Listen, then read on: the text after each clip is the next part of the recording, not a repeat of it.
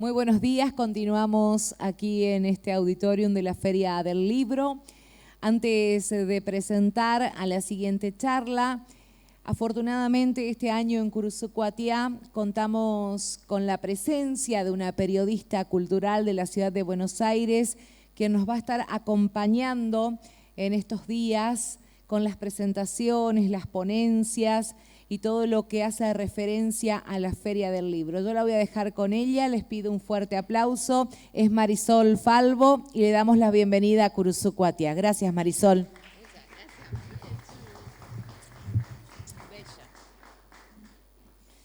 Buenos días, seguimos con las actividades de la Feria del Libro de Curuzucuatiá y en esta oportunidad con el gusto de invitarlos a disfrutar de la charla de fraude informático a cargo de Silvina Marino Pesarini junto a Ramiro García Rivera.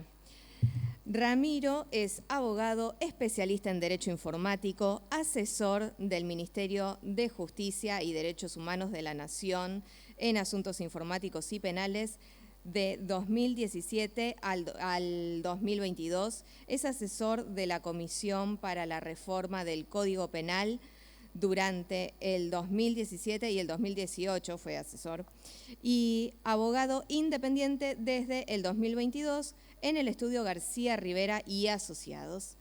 Y Silvana Marino es licenciada en Sistemas, magíster en Dirección Tecnológica, magíster en Tecnología de la Información y docente. Así que bienvenidos a ambos y vamos a disfrutar de la charla sobre fraude informático.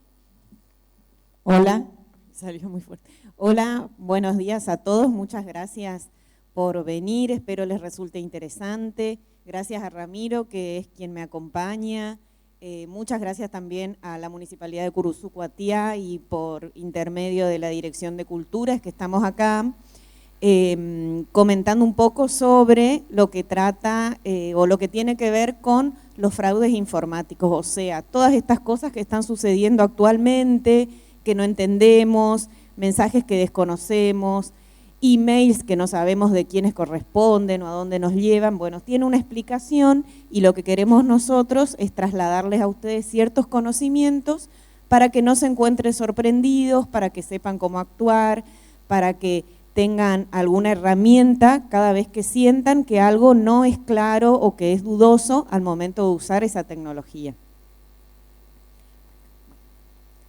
Bueno, me alejo un poquito, pero a nosotros nos gustaría que participemos. Hay una nueva metodología de charlas ahora que se llaman conversatorios, o sea que esto sería algo así, no tenemos problema que nos pregunten, vamos a hablar un poquito y después cualquier duda, cualquier situación que ustedes notan como que les pudo haber pasado y la quieren consultar, por supuesto que nosotros vamos a estar acá para que se saquen esas dudas. El objetivo de esta charla tiene que ver con darles a conocer herramientas, con generar alguna conciencia sobre el uso de las tecnologías, sobre todo para ustedes que tenemos un público acá de chicos jóvenes que les encanta usar la tecnología y está muy bien, darles herramientas para que sepan cómo utilizarla, transmitir conocimientos sobre qué hacer al momento de gestionar algún recurso o alguna aplicación, y sobre todo conocer algunos conceptos sobre qué pasa cuando ya sucedió esto que no queríamos porque no nos dimos cuenta, qué pasa y qué pasa legalmente y qué no tendríamos que hacer en casos de que nosotros tengamos un uso excesivo de esta tecnología, cuáles son o cómo nos protege la ley en casos de que nos sintamos un poco manipulados o nos sintamos defraudados con el uso de la tecnología. Según la ley, hay un concepto sobre qué es el fraude informático, que no es un fraude típico y común como uno lo conoce generalmente. En el fraude informático, lo que sucede es que se intenta manipular a una persona usando herramientas tecnológicas. Esta manipulación, con la utilidad, lleva a que se produzca un daño en el sistema o un daño en la transmisión de los datos. Vale decir como daño cuando nosotros notamos que entran a unas cuentas, cuando notamos que nuestras redes sociales están siendo utilizadas por personas que no somos nosotros. Pero ¿qué pasa? En la medida en la que fuimos estudiando con Ramiro y en la medida de nuestra experiencia, nos hemos dado cuenta que estas técnicas de manipulación no necesariamente son informáticas. Nos sucede que a veces nos encontramos haciendo cosas no porque sepamos de tecnología, sino por el simple hecho de usarlas. Entonces, esta imagen tiene que ver un poco con lo que nosotros queremos transmitir con ustedes. Ahí se ve un dinosaurio y se ven unos flamencos. Esa imagen corresponde a la entrada de las oficinas de Google en Estados Unidos. Dice la leyenda que cuando construyeron las oficinas en las zonas aledañas se encontró un dinosaurio, entonces lo que intentó hacer Google fue replicar esto como una empresa imponente con el tamaño de este dinosaurio. Pero a la vez, en la medida en la que la empresa comenzó a afianzarse en el mercado, agregó en contraposición estos flamencos como animalitos muy débiles. Pero la idea tenía que ver con que resultó ser que los dinosaurios se extinguieron, no existen más, y los flamencos sí siguen, así débiles como los vemos, no se han extinguido. ¿Con qué tiene que ver esto con nosotros? Lo que queremos transmitirles es que no depende la capacidad o el tamaño de resistir ante los cambios, sino depende de la capacidad de adecuarse al cambio. Y en este caso nosotros estamos viviendo un cambio tecnológico, con lo cual desconocer el procedimiento, desconocer cómo funciona la informática, va a permitir que nosotros podamos usar el recurso como corresponde y que no desaparezca.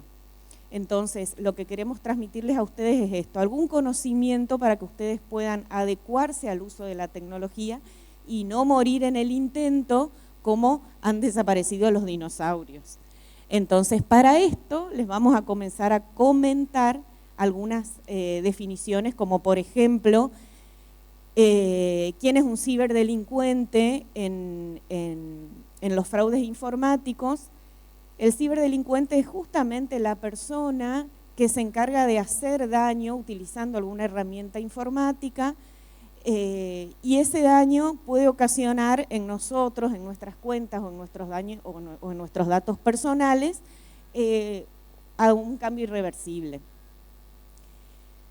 Estos fallos de seguridad que ocasionan los ciberdelincuentes generalmente tienen que ver con técnicas de manipulación que se llaman ingeniería social.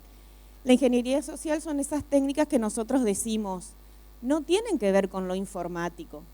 No necesariamente yo, porque desconozca de la informática y no la use, no me va a pasar. La ingeniería social son técnicas que tienen que ver con personas que nos intentan llevar a cometer algunas acciones que nosotros no sabemos o no queremos.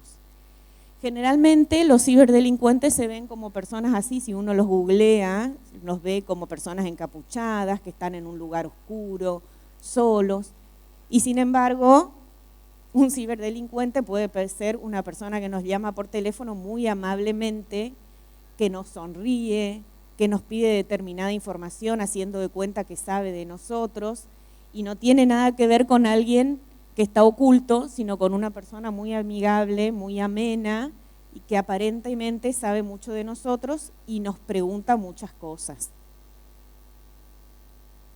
Las técnicas de ingeniería social son justamente esas personas que muy amigablemente intentan sacar información de nosotros, esta información que es confidencial, que no se la daríamos a cualquiera, y a partir de eso usar nuestros datos, sobre todo los datos más privados y más personales. ¿Cuáles son esas técnicas?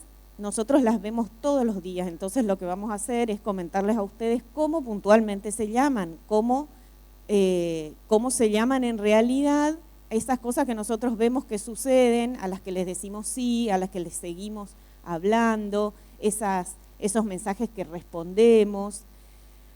Hay tres técnicas que son las más usadas.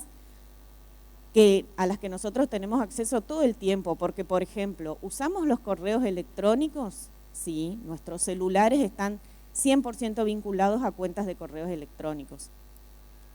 ¿Nos llaman por teléfonos? ¿Atendemos llamadas de teléfonos? Sí. ¿Recibimos mensajes de texto? ¿Solemos contestar mensajes de texto? Sí.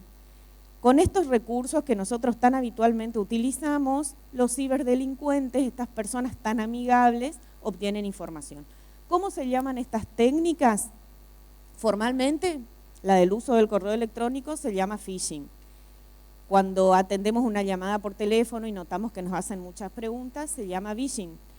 Y cuando contestamos mensajes de textos o recibimos mensajes de WhatsApp que nos llevan a otros enlaces o que nos llevan a contestar algunas cosas, se llama smishing. Este es un ejemplo de un envío de correo electrónico que nos llevaría a un enlace que nosotros no lo reconocemos, pero como es muy capcioso el mensaje, o sea, como es un mensaje que a nosotros nos lleva a contestar porque es una información que necesitamos responder, porque nos alertan mediante una técnica de manipulación, los contestaríamos. ¿De qué manera nos piden que contestemos? Haciendo clic en determinados enlaces que no son oficiales. Por ejemplo, este es un phishing, es un correo electrónico mandado masivamente a usuarios de, en teoría, el correo argentino. Entonces, ¿qué dice? Que bueno, que el envío nos va a llegar, que está en camino, que si necesitamos alguna información, que hagamos clic en determinado enlace. Pero ¿qué pasa? Ese enlace no es oficialmente el del correo argentino y lo que nosotros tenemos que tener en cuenta es leer el enlace, que generalmente no corresponde a una página que sea oficial o que tenga el nombre completo de la empresa, y de qué manera podemos evitar acceder a ese enlace y entramos por otro lado. O sea, en vez de hacer clic, vamos a otro lugar de internet, vemos cuál es la página del correo argentino y si son los mismos enlaces, podemos acceder, y si no, no contestamos el correo, ni siquiera lo abrimos, ni siquiera lo hacemos clic, lo eliminamos y lo hacemos desaparecer. ¿Cuál sería otra técnica? Bueno, esto ya tiene que ver con lo que no es informático, o sea, por ejemplo, el correo argentino en este caso, que a nosotros nos envía información sobre seguimientos, tiene en su página una franja horaria. Entonces nosotros, si sabemos que recibimos este email un domingo a las 11 de la noche, pues con más razón no deberíamos de responder, ¿no? Y esto habla un poco sobre lo que decía yo al principio de los dinosaurios y los flamencos, o sea, poder saber y poder reconocer para estar alerta de esta información que nosotros no la necesitamos. Mucho más si yo no recibí ningún envío, si no estoy esperando ningún envío, si no hice ninguna compra, entonces no tendría ni por curiosidad que hacer clic en ese enlace. Este es otro ejemplo que sucedió el mes pasado en el Banco de Santa Fe. En Santa Fe, en esta provincia, hay una especie de banco virtual, o sea, son las famosas billeteras virtuales que uno va depositando su dinero en aplicaciones que tienen los bancos, ¿no? Estas aplicaciones, por supuesto, oficiales. ¿Qué pasó? Los usuarios empezaron a recibir emails masivos sobre la billetera virtual y un cambio de contraseñas o un cambio de códigos de seguridad. Este mail fue enviado un sábado a la tarde, ya era dudoso porque le pedían a los usuarios que se acerquen inmediatamente al cajero a hacer un cambio y que después contesten el email con las nuevas contraseñas que habían puesto. Dudoso.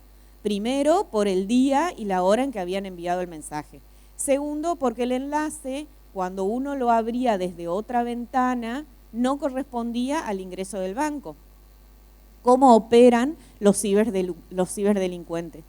Las páginas, en teoría, redireccionan a lo que es una pantalla que simula ser del banco con los datos que pedimos, pero en definitiva lo que uno carga no lo carga en el banco, sino que lo carga en páginas o lugares que nosotros desconocemos. ¿Quién hace uso de esa información? Pues el ciberdelincuente, ¿sí? Vamos. Este es otro caso de phishing, la técnica de manipulación por correo electrónico. Recuerden, yo recibo en mi bandeja de correo un email que en teoría es de algo que conozco, es un mail alarmante, que es lo primero que me fijo. Cuando me fijo el enlace donde me pide que haga clic, si lo reconozco, si no lo reconozco, no lo abro, no accedo a ese enlace, ¿no? Fíjense que todos son muy parecidos, todos corresponden a bancos, la mayoría corresponden a tener contraseñas que tengo que confirmar, también corresponden o tienen que ver con premios que uno ha ganado, son emails, como decíamos, tentadores, son técnicas de manipulación para que uno después dé datos personales, información confidencial para acceder a información que después ellos las comercializan. Vamos a poner el video. Este videíto que nosotros preparamos para ustedes es justamente de una de las técnicas de ingeniería social, la que se llama phishing. A few of the world's best hackers to try to hack me and Espera show un me where my ratito, Ramiro. No vulnerabilities sé si are. pueden ver lo que dice, se ve un poquito allá atrás lo que dice el subtítulo. Bien, dale. And now I'm going to meet them in Las Vegas for DEF CON, the biggest hacker convention of the year. They're going to hack me using social engineering, which is essentially hacking without any code. They just use a phone and an internet connection. Do you want to do a sample phishing call? What's phishing? Phishing is voice solicitation, and basically what you do is you use the phone to extract information or data points that can be used in a later attack. Let's do it. Okay. Who are you going to call? Maybe I'll call your cell phone provider Okay. and see if I can get them to give me your email address. I bet they're good. I bet they have my back. But yeah, go for it. I'm going to spoof from your number, so it's going to look like it's calling from you. Okay. Hi, I'm so sorry. Can you hear me okay? My baby, I'm sorry. My husband's like, we're about to apply for a loan and we just had a baby and he's like, get this done by today. So I'm so sorry. I can't call you back. I'm trying to log into our account for uses information and I can't remember what email address we used to log the account. The baby's crying and can you help me? Awesome. In just 30 At seconds, gmail.com. Jessica gets access to my personal email address. Now, if I needed to add our older daughter on our account so she could call in and make changes, how would I need to go about doing that? You would have to send me a secure PIN through a text message? Yeah, well, the thing is, I don't think I'll be able to receive a text message if I'm on the phone. Shh. Oh, I'm not on there either? So I thought when we got married, he added me to the account.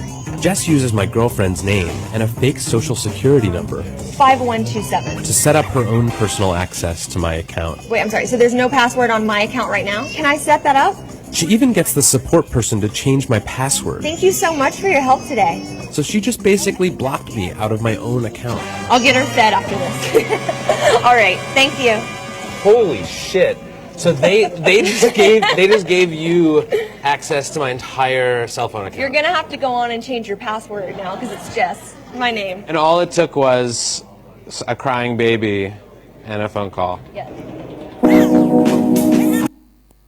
Bueno, esta es la técnica que se llama phishing y no hubo un procedimiento informático en el medio.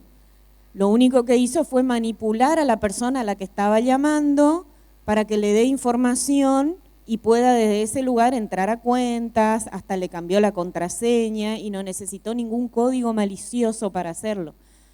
Bueno, esta técnica se llama phishing, es la siguiente al phishing que yo les mostraba. Esta es la técnica que se llama smishing, cuando nosotros recibimos mensajes de textos y, bueno, lo que hacemos generalmente es hacer clic en el enlace para completar algún dato. Siempre estas técnicas de phishing, de smishing, lo que van a tener es el acceso a una pantalla muy amena, muy amigable, que nos va a pedir que pongamos información confidencial de nosotros. ¿Qué es muy importante? Y no hacer clic en ese enlace, ver de dónde viene, ver desde otro lugar, preguntar en nuestro banco si recibimos información, preguntar, ¿ustedes están pidiendo alguna información? Es difícil que lo hagan, en un día que no sea hábil, en un horario que no sea laboral. Entonces, no tiene que ver con el código ni con la persona encapuchada, sino que tiene que ver con una actitud más amigable de quien nos está pidiendo datos. Esto se ve algo así. tantas son las técnicas de manipulación, nosotros les nombramos 3, pero acá hay un montón y ahí faltan otras técnicas, son tantas, suceden tanto que ya se las han tipificado. O sea, las 3 que engloban son las que yo les nombré recién, pero en verdad acá les nombro 4 más. Hay una que se llama spear phishing, que es el envío de email, pero cuando yo tengo un público objetivo. Walling, no solo tengo un público objetivo, sino que ese público objetivo son cargos altos de determinada corporación. El spam es algo parecido a lo que por ahí ustedes reconocen como el spam, esos correos electrónicos que recibimos de manera masiva, generalmente con archivos adjuntos. Esos archivos adjuntos lo que hacen es captar información de nuestros contactos cuando los descargamos, pero el spam hace envíos masivos, pero o de mensajes de WhatsApp o de mensajes de texto, o sea, utiliza una mensajería instantánea para enviar una cantidad de información o una cantidad de mensajes pidiendo información. Después está el shoulder surfing, acá menos utilizamos plataformas todavía, ya hay un contacto un poco más piel a piel y tiene que ver con alguien mirando nuestra contraseña cuando estamos en un lugar y a partir de eso poder ingresar a una plataforma. El farming, que es muy específico y tiene mucho que ver con el phishing, y es justamente un correo electrónico que que tiene determinado contenido dudoso, pero me pide que yo haga enlace a una página web que no es la que dice ser, ¿sí? Les vuelvo a decir, este enlace a página web me va a llevar a una pantalla muy amigable que yo reconozco porque tiene el logo de la empresa a la que yo le tengo que dar información, pero en verdad la información a la que yo le estoy dando, la información que yo estoy dando a ese lugar no es de esa empresa. Y hay un montón más, ¿no? Ahora, hasta acá no hemos necesitado mucha herramienta informática, ¿no? ¿Qué pasa con el fraude informático propiamente dicho? Lo que sucede cuando yo me dejo manipular por desconocimiento, que no nos va a pasar ahora, lo que va a suceder es que se instalan en nuestras computadoras algunos programitas de código malicioso, los famosos virus, y puntualmente estos se llaman virus malware. Hay de diferentes tipos también, dimensionemos lo que significa el fraude informático, que ya está tan tipificado su uso. Algunos tienen que ver con hacer clic en publicidades, no me doy cuenta, hice clic y resulta que me va a instalar en mi dispositivo algún código que rastrea mi información en las redes. Hay otros tipos de virus, de esos que están ahí nombrados, que se instalan en nuestra compu y van replicándose por todas las carpetas y resulta que en la medida en la que van obteniendo información, van sacando nuestros datos. Pero puntualmente ahora hay uno muy particular que se encarga de sacar información de las aplicaciones, pero aparte impide el acceso de la empresa a su información.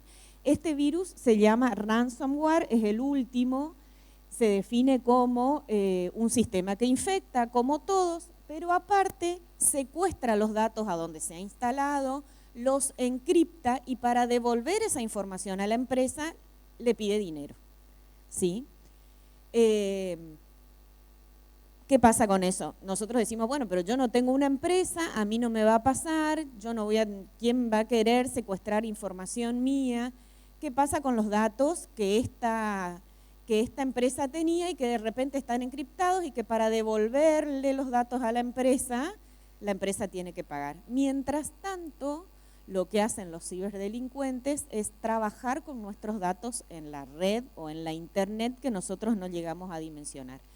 Comercializan nuestros datos y después nos encontramos con casos puntuales como por ejemplo, ayer le hackearon la cuenta a mi amiga, o sea, tiene el WhatsApp duplicado. ¿Y de dónde sacaron el teléfono? Bueno, pues seguramente una de las aplicaciones ha sufrido un virus, mientras tanto lo que hacen los ciberdelincuentes es comercializar esa información de donde obtienen emails, direcciones números de teléfono, y nosotros nunca jamás cedimos nuestro teléfono. ¿A quiénes? A la empresa, sí, con lo cual estamos sometidos a saber todo lo que está digitalizado, dependemos de la seguridad de la empresa a la que nosotros le dimos esa información. ¿Qué sucedió en la Argentina en este último tiempo? Ahí están los 3 casos más conocidos. Por ejemplo, el PAMI ha sufrido un hackeo en sus páginas, le han infectado los servidores de PAMI con un código malicioso y, que es el ransomware, han pedido rescate. ¿Cuál es nuestra postura ante esto? Poder saber, identificar, ¿han hackeado PAMI? Tener cuidado que si alguna persona que usa PAMI recibe un mensaje justo en este momento y no es casual, no lo responda, alertarlo nosotros, alertar nuestra familia, porque seguramente esa información ahora va a estar disponible. ¿Y qué van a hacer con esa información? Obtener datos personales, obtener acceso a cuentas para que puedan ocasionar un daño económico con seguridad. Mientras tanto, PAMI también necesita recuperar los datos, o sea, que van a haber varias personas beneficiadas de este fraude. También han hackeado el Poder Judicial de Córdoba, también ha sufrido un ransomware. ¿Qué significa esto? Bueno, que el Poder Judicial de Córdoba ha tenido que pagar un rescate o ha tenido que pagar para que le devuelvan sus datos, esa información que está sellada, pero también que las personas que están en esa base de datos van a recibir pedido de información, van a recibir correos electrónicos, van a recibir llamadas, van a recibir mensajes de WhatsApp dudosos, con lo cual hay que estar alerta. Y después, bueno, el Senado argentino, la aplicación del Senado argentino también ha recibido un hackeo, les han instalado un ransomware, o sea, ¿qué significa? Que todas las personas que tienen acceso a esa página van a tener cuidado con lo que sucede, con lo que van recibiendo, email, mensajes de texto, llamadas, porque su información ahora está siendo comercializada. Y ahí capaz que haces clic en el enlace. Y bueno, y para cerrar lo que tiene que ver con lo técnico y con lo que tiene que ver con una manipulación que no es tan informática, este caso, ¿no? Capaz copiamos. Bueno, ahí yo lo copio y si querés avanzamos. Ahora al finalizar, Ramiro, yo le voy a pegar el enlace. Esta técnica de manipulación es todavía más simple. O sea, entró una persona a un bar, mientras la novia lo seducía o pedía o compraba algo al bar, al que estaba expendiendo bebidas, él cambió el código QR de la caja registradora, pegó uno arriba y ese código QR ya no redireccionaba a la página del bar, sino que era acceso a una página que pedía datos personales y que los filtraba, ¿sí?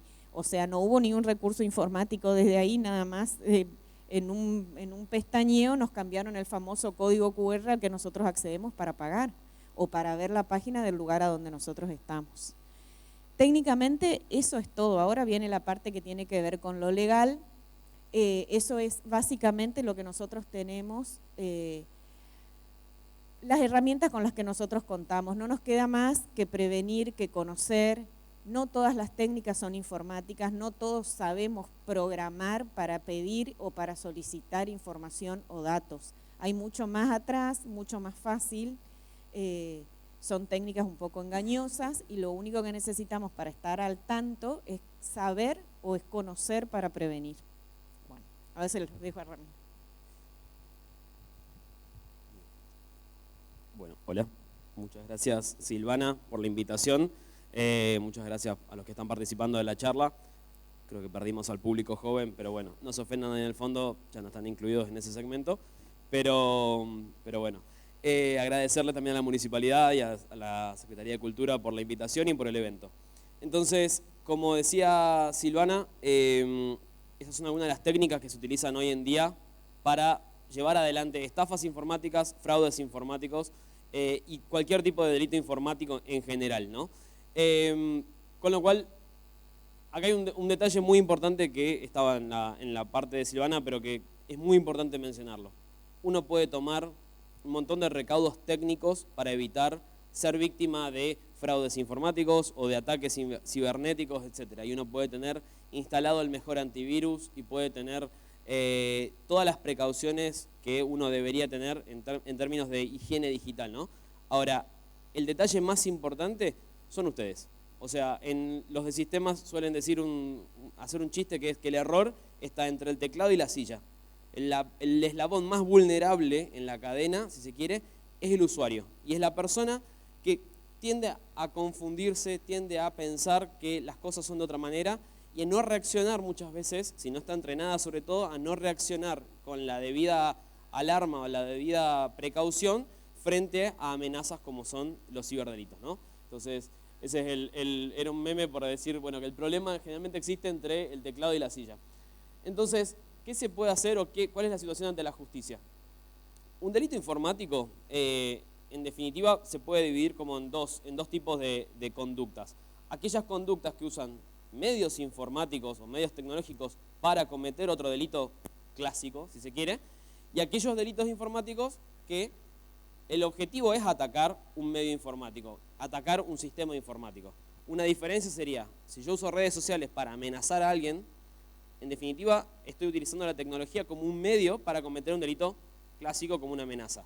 Ahora, si yo lo que busco es hackear el home banking de un banco o busco clonar una tarjeta, lo que estoy buscando es atacar un medio informático en sí mismo, ¿no? Es una distinción muy técnica que no viene necesariamente, no va a hacer mucha diferencia en el día a día, pero que me pareció interesante mencionarla. Y la realidad es que en los últimos años, estoy hablando tal vez en los últimos 10 años, el aumento de la penetración de la tecnología en la mayoría de los hogares en Argentina y en todo el mundo ha ido en aumento y la pandemia marcó un quiebre. Necesariamente, a partir del año 2020, tuvimos que estudiar a través de Internet, trabajar a través de Internet, hacer los trámites gubernamentales o los trámites bancarios a través de Internet, con lo cual el incremento de mayor uso de tecnología necesariamente como consecuencia hubo una mayor cantidad de delitos que se cometieran ya sea a través de Internet o contra usuarios de servicios informáticos. Y la realidad es que eso se mantuvo al día de hoy. La mayoría de nosotros, si están estudiando, algún tipo de etapa de la educación a través de Internet la van a tener. La mayoría de ustedes van a utilizar servicios bancarios digitales. La mayoría de ustedes, alguna parte de su trabajo la van a realizar con medios informáticos, con lo cual los ambientes en los cuales estamos expuestos a poder sufrir un delito informático son muchos. Y estos delitos tienen una característica que son bastante complejos en su comisión y bastante complejos en su investigación posterior. Ahora después vamos a hablar de cuáles son algunos problemas que nos presenta la investigación de estos delitos, pero tienen una mayor sofisticación, una mayor complejidad y en muchos casos ya no podemos pensar en que el que está cometiendo estos delitos es un hacker solitario que se encierra en su habitación, como veían las fotos esas cuando uno googlea, nos reíamos con Silvana porque cuando uno googlea hacker en Google Imágenes aparece el tipo encapuchado en una habitación oscura tecleando medio encorvado sobre una computadora. ¿Por qué va a apagar la luz? ¿Por qué se va a poner una capucha si no está robando un auto a la madrugada en la calle? La mayoría de los hackers hoy en día trabajan en oficinas como las de cualquier empresa normal, a veces alquilan incluso pisos en edificios de oficina y parece un call center. De hecho, muchas veces para hacer estafas de phishing se utilizan, o sea, los lugares de trabajo de los hackers o de los estafadores son literales call centers. Entonces, la realidad es que hoy en día la mayor parte de las estafas grandes que se hacen a través de Internet son llevadas a cabo por asociaciones ilícitas, por bandas o grupos de personas que cada uno cumple un rol y que entre todos se encargan de distribuirse las tareas delictivas para llevar adelante estos delitos. Entonces, el delito de estafa o de fraude informático para la ley argentina tiene algunas características. Nuestro Código Penal, que no sé los muchachos del fondo si están estudiando alguna carrera, pero si no estudiaron Derecho, el Código Penal es una ley que establece todas las conductas que en Argentina son delito, o que, casi todas, no todas, pero casi todas las conductas que en Argentina son delitos, y las penas que van a tener. Entonces, Nuestro Código Penal se sancionó por primera vez en 1921 y ya tenía un primer artículo que hablaba de la estafa, el artículo 172, pero se imaginarán que la realidad de la sociedad en 1921 era bastante diferente a la sociedad actual, con lo cual no había ni remotas posibilidades de que tuviese ninguna previsión sobre el fraude informático. Recién en el año, entonces, ¿qué pasaba? Había conductas que no quedaban incluidas dentro del artículo de fraude del Código Penal. Y por ende era difícil perseguirlas y buscar castigar a los que cometían esas conductas. Recién en el año 2004 se agrega una modificación del código que empieza a incluir lo que es el fraude con tarjetas bancarias. Y finalmente en el año 2008 se sanciona lo que conocemos como Ley de Delitos Informáticos, que agregó muchas otras conductas al Código Penal. Y entonces hoy en día tenemos más o menos cubierto todas las conductas delictivas o todos los delitos que pueden ser castigados y perseguidos por la ley. ¿Qué delitos son más frecuentes? Acá voy a hacer una lista para complementar lo que había dicho Silvana, con algunas características o algunos tips a tener en cuenta frente a esto. En primer lugar, son muy habituales los fraudes con tarjetas de crédito y de débito, ¿no? ¿A qué me refiero con fraudes? A la falsificación, la clonación, el robo de datos, etc. Son delitos muy frecuentes en nuestro país. ¿Se estaba escuchando bien antes? Sí, ok. Y hay algunas prácticas en nuestro país que son malas prácticas y que deberían cambiar. Y una, por ejemplo, se da, yo lo he visto en prácticamente todo el país, que es cuando ustedes van a un bar o van a un restaurante, por ejemplo, y quieren pagar con tarjeta. ¿Qué hace el mozo habitualmente con sus tarjetas? La pone en una billeterita de cuero y se la lleva a no sé dónde, y al rato viene y te da un ticket y vos lo firmás y te vas. Confiando de buena fe, en primer lugar, que te cobró lo que te tenía que cobrar, nadie revisa el ticket de la tarjeta de crédito, y en segundo lugar, confiando además que en ningún momento de ese recorrido que hizo con mi tarjeta, la clonó, le robó le copió los datos, le sacó una foto al código de seguridad. Lamentablemente ha pasado muchas veces, y entonces lo que se recomienda, y debería hacerse, es que el mozo traiga el dispositivo con el que te va a cobrar a la mesa, por ejemplo, o al lugar donde vos estés, y frente a vos le des la tarjeta y te cobre, para evitar justamente que se puedan clonar, por ejemplo, los datos de la tarjeta, o le saque una foto y después la utilice para comprarse cosas en internet o vender esos datos. Otro tipo de fraude muy habitual con las tarjetas de crédito se dan los cajeros automáticos. Tienen que tener mucho cuidado cuando ustedes van a los cajeros automáticos, y esto suena muy de maniático, pero es importante. Controlen el cajero automático en el que están por usar. Presten atención si ven algo raro. Yo sé, no se van a poner a desarmar el cajero automático, van a terminar presos, pero digo, fíjense si el lugar donde están por poner la tarjeta está bien o está flojo el plástico. Si no ven algo raro, alguna, no sé, algo que parezca una cámara dentro del cajero o lo que sea. ¿Por qué? Porque es muy habitual que se puedan instalar, por ejemplo, frentes falsos sobre el lugar donde se ingresa la tarjeta, y eso te clona la tarjeta.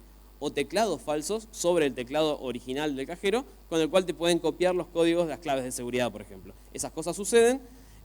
Ha habido muchos casos, incluso en Argentina, no sé si en Cursucatia, pero en Argentina sí.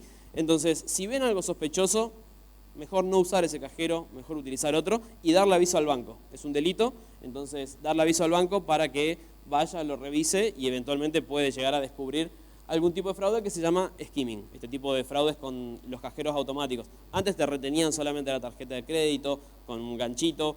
Hoy en día se pueden adquirir en internet clonadores de tarjetas por centavos de dólar, con lo cual es un delito que técnicamente no es muy complicado, pero es muy fácil de instalar. Y después al phishing, y es importante hablar de phishing porque es probablemente el fraude más habitual y frecuente en este momento en Argentina. ¿Y por qué es el más habitual y frecuente? Porque, como decía Silvana, la mayoría de los fraudes que se cometen en Argentina no se cometen con medios técnicos. Es decir, a todas las personas que les han hackeado WhatsApp o les han hackeado el home banking, yo creo que si encontramos un caso en Argentina, por lo menos, al que le hayan hackeado las claves con un ataque de fuerza bruta o con un ataque de negación de servicio contra el servidor del banco, es un trébol de 4 hojas. A la mayoría de las personas los hackearon porque las personas entregaron los datos voluntariamente engañados, pero entregaron el dato. Entonces, ¿por qué? Porque el factor humano es siempre el eslabón más débil en la cadena de seguridad. Es más fácil hackear personas que hackear máquinas. No hace falta saber programar para hackear a una persona. Simplemente hace falta hablar, y hablar mucho, y hablar bien, y tratar de convencer a la persona que te entregue voluntariamente la información que vos necesitas. Entonces, en Argentina, el phishing, que es un fraude utilizando ingeniería social, se aplica para pescar datos personales de esa persona. Datos personales que pueden servir en un primer momento para aplicar directamente un ataque contra esa persona y robarle, por ejemplo, le sacamos la clave bancaria y le vaciamos la cuenta de home banking, o por ejemplo, para concretar ataques posteriores contra contactos de esa persona. Conseguimos acceso a su cuenta de WhatsApp y a partir de ahí empezamos a pedirle plata a todos los contactos, a todos los conocidos. Entonces estafamos o defraudamos a más personas en ese momento. De vuelta, la forma de obtener estas claves es a través de ingeniería social, que es una forma no técnica. Acá no hay un código malicioso involucrado, acá no hay un virus que se metió y que lo puede detectar el antivirus. Acá lo que hay es técnicas con persuasión, si se quiere, personal, para lograr convencer a la persona de que entregue datos que no debería entregar porque son datos personales o porque son datos confidenciales. Claves bancarias, números de teléfono, datos personales, nombres de sus familiares, por ejemplo. Hace poco vi que en una tendencia en Twitter de que alguien preguntaba ¿cuál es el nombre de tu mascota de la infancia? Como si fuese algo que uno quisiera compartir por nostalgia o melancolía. Y en realidad la mascota de la infancia es la pregunta de seguridad más habitual en todas las etapas de seguridad de los sistemas informáticos.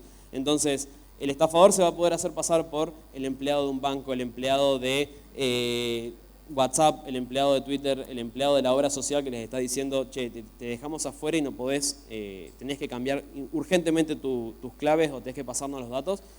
La urgencia es el factor importante.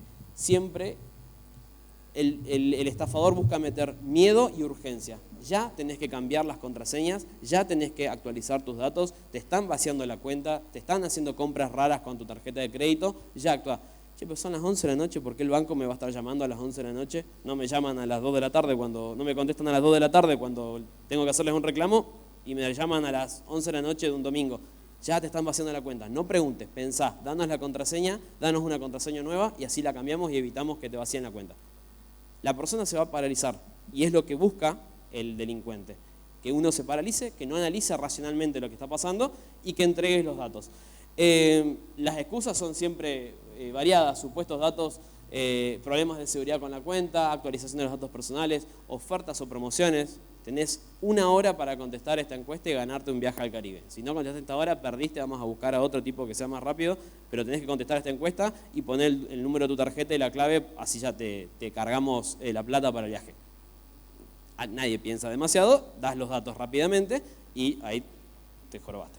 Entonces, y esto puede pasarle a personas como uno y puede pasar a niveles insólitos, como pasó en el municipio de 25 de Mayo en la provincia de Buenos Aires, que por un ataque que hubo de phishing, le robaron al municipio la recaudación que tenían para pagar los sueldos de ese mes. Esto fue en el año 2016, con lo cual 3,5 millones de pesos, puede no parecer tanto hoy, pero en ese momento era toda la plata que iban a utilizar para pagar los sueldos.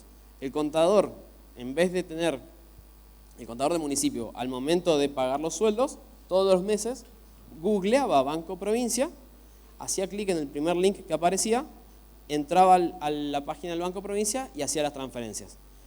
Alguien se dio cuenta de esto, le crearon una página falsa del Banco Provincia que aparecía como la publicidad de Google en el primer resultado. El tipo entró ese día, hizo clic en el primer link que le aparecía, adrede aparecía en el primer link porque era una publicidad paga, ingresó y puso los datos de acceso a la cuenta del banco. Le pareció raro que la página como que rebotó, como que se colgó y le volvió a mandar a la página del banco. En ese momento ya le habían copiado las contraseñas y había perdido el acceso a la clave, a la cuenta de banco. Le vaciaron la cuenta de la municipalidad, la transfirieron a creo que 35 o 50 cuentas bancarias diferentes y una red de personas fueron vaciando, con trabajo de hormiga, fueron vaciando esos saldos hasta que no quedó nada. Se pudo recuperar solo una parte, una investigación muy difícil, muy complicada y que provocó un perjuicio económico enorme y una investigación que después duró bastante tiempo para poder determinar cómo había sido la operatoria. Voy a un poco rápido, pero estamos sí, perdón cortos. Ramiro, pero tenemos que ir redondeando. Sí, así que otro tipo de estafa muy habitual son cuando ustedes tienen algún problema en el banco, y los canales de atención tradicionales no funcionan, van a recurrir a los perfiles en las redes sociales de los bancos. Eso se sabe, entonces hay perfiles falsos de los bancos en las redes sociales que van a estar más que gustosos de que pedirles todos los datos necesarios para ayudarlos y acceder a sus cuentas. Entonces, si ustedes ven a la derecha, por ejemplo, Banco Galicia tiene un montón de cuentas truchas en Twitter que, de vuelta, van a estar muy más que dispuestos en ayudarlos y pedirles todos los datos necesarios.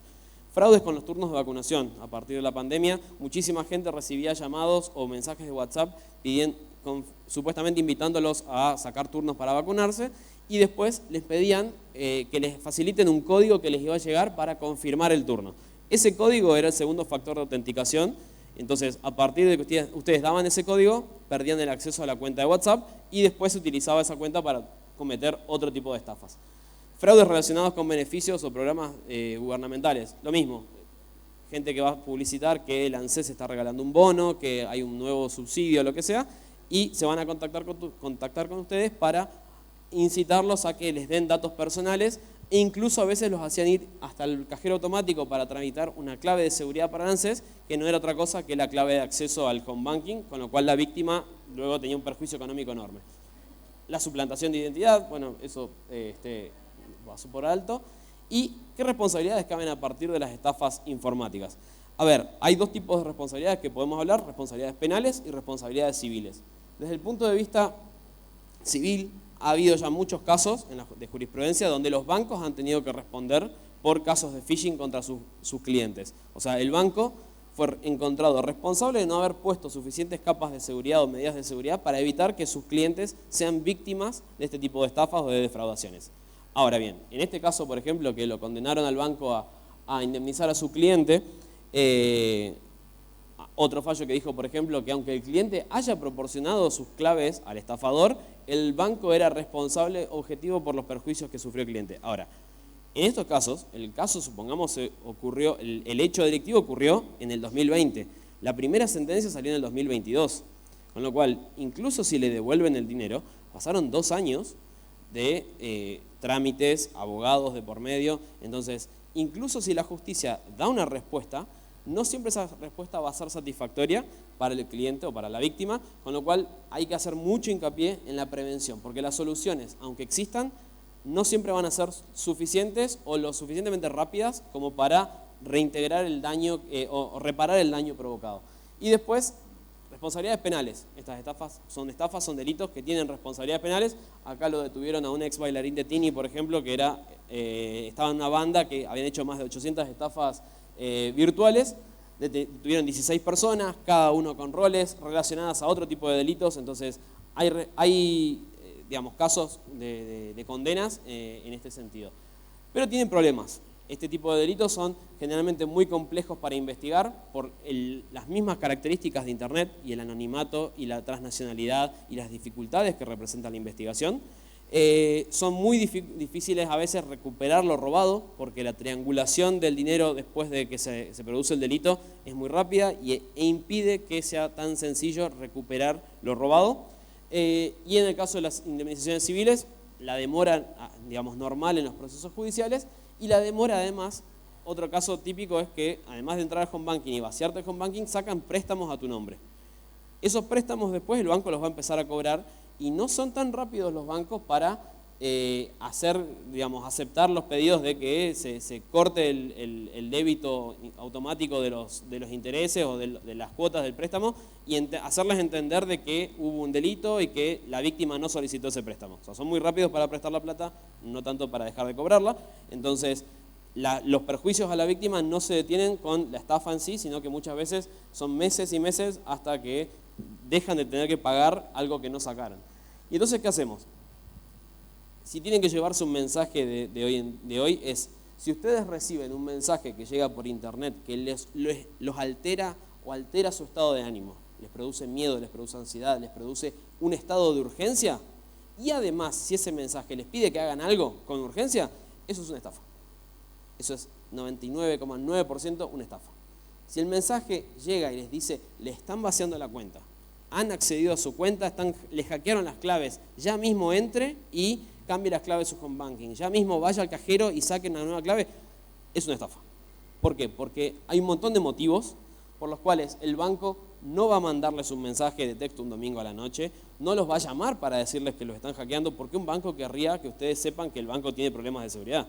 El banco no va a decirles que tiene un problema de seguridad porque iría en contra de su propio negocio. Entonces, ninguna organización se va a contactar de esta forma, ninguna organización les va a pedir datos personales, y si lo hace, es un error gravísimo por parte de esa organización o es una estafa, más seguramente una estafa. Entonces, ¿qué hacemos? Primero, frenar, porque lo que quiere el delincuente es que uno actúe rápido y sin pensar. Entonces, lo que hay que hacer es frenar, pensar un poco. Si recibimos un mensaje, bloquearlo. Les escriben por WhatsApp números desconocidos con características raras, ofreciéndoles plata o pidiéndoles plata, bloquearlo. Ni siquiera darle espacio al delincuente para que hable, porque el delincuente es muy bueno hablando. O sea, cuando son técnicas de phishing sobre todo, es muy bueno para persuadir a la víctima. Entonces, ni siquiera darle la oportunidad de que se comunique con nosotros. Si recibimos una llamada, cortar inmediatamente. Si recibimos una llamada rara de un número que no tenemos agendado diciéndonos que hay movimientos raros en la tarjeta y que por favor demos los números de la tarjeta para cambiarlos, cortemos. Ni siquiera nos pongamos a explicar nada.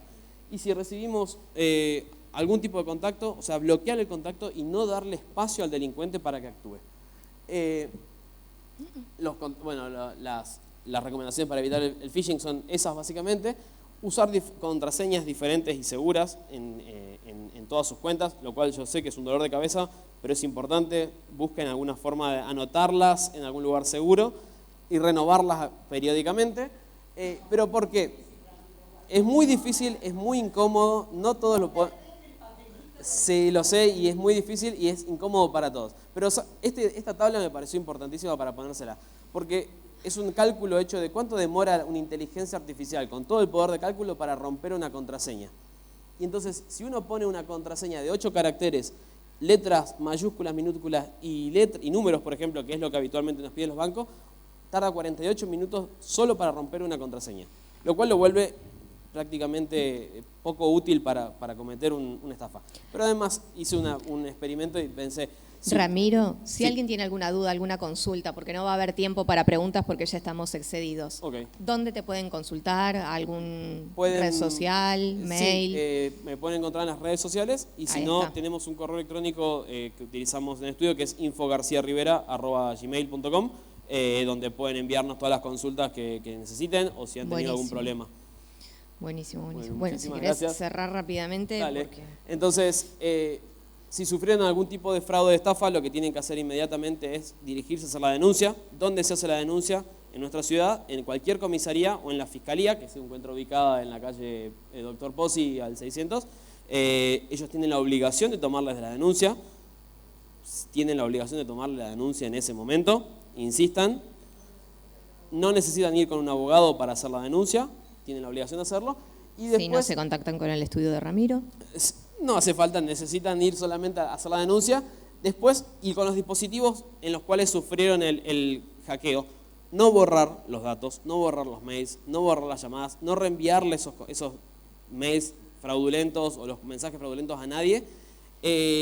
La cosa de no alterar no alterar la evidencia que puede servir después para poder investigar ese delito. Tratar de dejar el celular así como está y eventualmente aportarlo para que se pueda investigar. Uso de contraseñas seguras y no compartir las contraseñas ni compartir los códigos de seguridad que puedan recibir a través de WhatsApp, por ejemplo. Es decir, no tengan miedo, hay que tener cuidado y poder tener así un uso seguro de estas tecnologías. Muchísimas gracias. Muchísimas gracias a Ramiro Rivera, a Silvana Marino y los esperamos a todos en menos de 5 minutos con la charla que nos va a brindar Daniela Maciel sobre Colores Tierra, bitácora de un viaje ilustrado. Así que no se vayan, esperemos un ratito acá y todos podemos disfrutar de la próxima charla. Gracias.